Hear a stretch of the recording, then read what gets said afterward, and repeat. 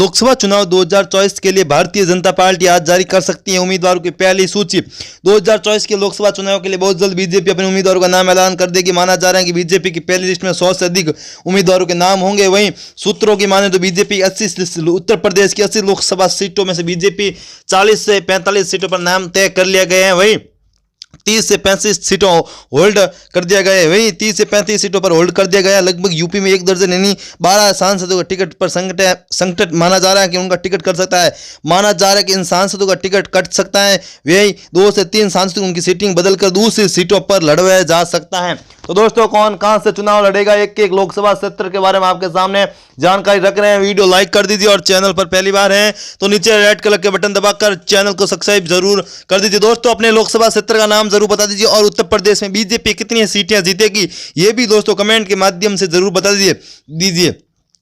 BJP ने पश्चिमी UP की अधिकांश सीटों को होल्ड पर रख दिया गया। गाजियाबाद, मेरठ, सांबल, नगीना, गाजीपुर, घोसी, भदोरी, सुल्तानपुर, पीलीभीत, मथुरा, रामपुर, बस्ती, बैतूल, मैनपुरी, फिरोजाबाद, देवरिया, प्रयागराज, जौनपुर, लालगंज, स्वस्ती, कैरारगंज जैसे सीटों को होल्ड पर किया गया। माना जा रहा है कि यूपी में बीजेपी ऐसी उम्मीदों पर दाव लगाना चाहती है जिन्हें जीतने की आसानी हो और उनका बैकग्राउंड भी सही हो। पश्चिमी यूपी की कई सीटों को लेकर बीजेपी मंथन कर रही है। बीजेपी ने जिन सीटों को होल्ड रखा है उनमें से कुछ सीटों बीजेपी के पास ही हैं तो कुछ सीटें सपा और बसपा के पास हैं। जहां जौनपुर, लालगंज, घोसी, गाजीपुर, नगीना और स्वस्ती बसपा के पास है तो वहीं मैनपुरी, सांबल सीट पर बसपा के पास है, सपा के पास है।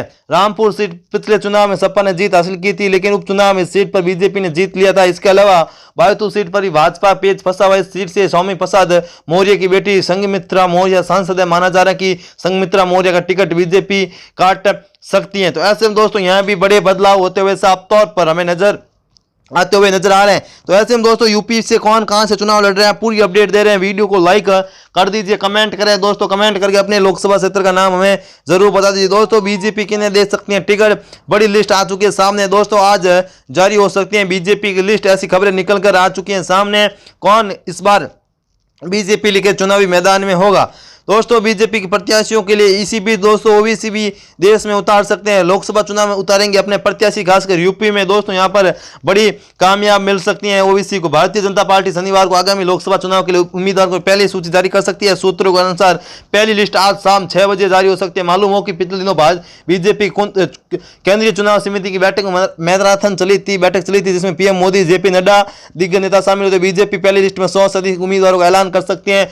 लोकसभा चुनाव तारीख का ऐलान कुछ दिन बाद हो सकता है। अभी मुख्य चुनाव आयोग विभिन्न राज्यों का दौरा कर रहे हैं और नई तैयारियों को जायजा ले रहा है। पश्चिम बंगाल, बिहार, तमिलनाडु आदि दौरे हो चुके हैं। सभी राज्यों दौरे होने के बाद तारीखों का ऐलान कर दिया जाएगा। गुरुवार रात बीजेपी के केंद्रीय चुनावी समिति बैठक कर अगले जी हाँ दोस्तों आज शामिल हो सकते हैं, ऐसी खबर आ रही है। इससे पहले बीजेपी सांसद गौतम गंभीर और जयंत सिन्हा ने आगामी लोकसभा चुनाव नहीं लड़ने की इजाजत दी है। पूर्व मंत्री और हजीबाग से भारतीय जनता पार्टी के सांसद जयंत सिन्हा ने शनिवार को आकर उन्हें पार्टी अध्यक्ष जेपी नड्डा से प्रत्याशी चुनाव कार्यकर्ता उन्हें मुक्त करने का अनुरोध किया और इसी के साथ वे आगामी लोकसभा चुनाव नहीं लड़ने वाले नेताओं में शामिल हो गए। सिन्हा ने एक्स पर एक पोस्ट में कहा कि वे आर्थिक अधिकांश और शासन संबंधी मुद्दों पर पार्टी के साथ काम करना रखेंगे। कहा जा रहा है कि भाजपा कई नेताओं को टिकट काटने पर भी विचार कर रही है। तो ऐसे में दोस्तों कौन कौन से इसी बीच गंभीर ने नहीं लड़ने का ऐलान कर दिया है। तो दोस्तों ये वीडियो आपको कैसा लगा कमेंट करके जरूर बताएं। जय हिंद, वंदे मातरम।